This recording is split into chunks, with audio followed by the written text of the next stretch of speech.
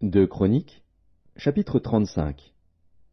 Josias célébra la Pâque en l'honneur de l'Éternel à Jérusalem, et l'on immola la Pâque le 14e jour du premier mois.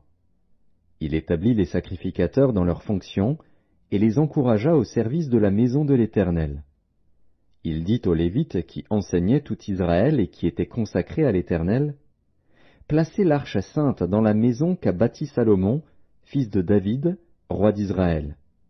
Vous n'avez plus à la porter sur l'épaule.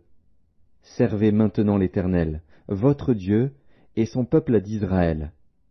Tenez-vous prêts, selon vos maisons paternelles, selon vos divisions, comme l'ont réglé par écrit David, roi d'Israël, et Salomon, son fils. Occupez vos places dans le sanctuaire, d'après les différentes maisons paternelles de vos frères les fils du peuple, et d'après la classification des maisons paternelles des Lévites. Immolez la Pâque, sanctifiez-vous, et préparez-la pour vos frères, en vous conformant à la parole de l'Éternel prononcée par Moïse. » Josias donna aux gens du peuple, à tous ceux qui se trouvaient là, des agneaux et des chevreaux au nombre de 30 000, le tout pour la Pâque, et 3 000 bœufs. Cela fut pris sur les biens du roi. Ses chefs firent de bon gré un présent au peuple, aux sacrificateurs et aux Lévites. Ilkija, Zacharie et Jéhiel, princes de la maison de Dieu, donnèrent aux sacrificateurs pour la Pâque 2600 agneaux et 300 bœufs. Konania, Shemaéja et Nethanil, ses frères, Achabia, Jéhiel et Josabad, chefs des Lévites, donnèrent aux Lévites pour la Pâque 5000 agneaux et 500 bœufs. Le service s'organisa, et les sacrificateurs et les Lévites occupèrent leur place, selon leur division, d'après l'ordre du roi. Ils immolèrent la Pâque. Les sacrificateurs répandirent le sang qu'ils recevaient de la main des Lévites, et les Lévites dépouillèrent les victimes. Ils mirent à part les holocaustes pour les donner aux différentes maisons paternelles des gens du peuple, afin qu'ils les offrissent à l'Éternel, comme il est écrit dans le livre de Moïse. Et de même pour les bœufs. Ils firent cuire la Pâque au feu, selon l'ordonnance, et ils firent cuire les choses saintes dans des chaudières, des chaudrons et des poêles.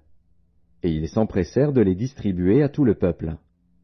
Ensuite ils préparèrent ce qui était pour eux et pour les sacrificateurs, car les sacrificateurs, fils d'Aaron, furent occupés jusqu'à la nuit à offrir les holocaustes et les graisses. C'est pourquoi les Lévites préparèrent pour eux et pour les sacrificateurs, fils d'Aaron. Les chantres, fils d'Asaph, étaient à leur place, selon l'ordre de David, d'Asaph, d'Éman et de Jéduthun le voyant du roi, et les portiers étaient à chaque porte. Ils n'eurent pas à se détourner de leur office, car leurs frères les Lévites préparèrent ce qui était pour eux. Ainsi fut organisé ce jour-là tout le service de l'Éternel pour faire la Pâque et pour offrir des holocaustes sur l'autel de l'Éternel, d'après l'ordre du roi Josias.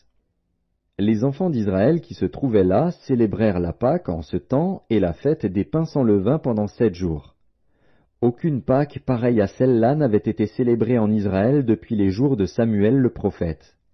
Et aucun des rois d'Israël n'avait célébré une Pâque pareille à celle que célébrèrent Josias, les sacrificateurs et les Lévites, tout Juda et Israël qui s'y trouvaient, et les habitants de Jérusalem. Ce fut la 18e année du règne de Josias que cette Pâque fut célébrée. Après tout cela, après que Josias eut réparé la maison de l'Éternel, Nécho, roi d'Égypte, monta pour combattre à Carchemish sur l'Euphrate. Josias marcha à sa rencontre. Et Nécho lui envoya des messagers pour dire « Qu'y a-t-il entre moi et toi, roi de Juda? Ce n'est pas contre toi que je viens aujourd'hui. C'est contre une maison avec laquelle je suis en guerre. Et Dieu m'a dit de me hâter.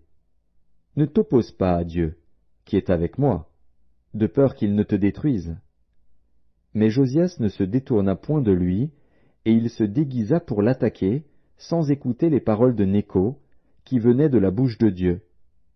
Il s'avança pour combattre dans la vallée de Megiddo.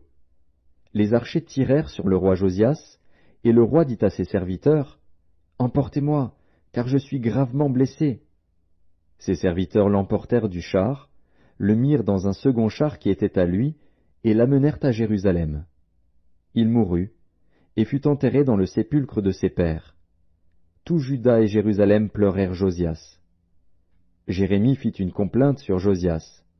Tous les chanteurs et toutes les chanteuses ont parlé de Josias dans leurs complaintes jusqu'à ce jour, et en ont établi la coutume en Israël. Ces chants sont écrits dans les complaintes. Le reste des actions de Josias, et ses œuvres de piété, telles que les prescrit la loi de l'Éternel, ses premières et ses dernières actions, cela est écrit dans le livre des rois d'Israël et de Juda.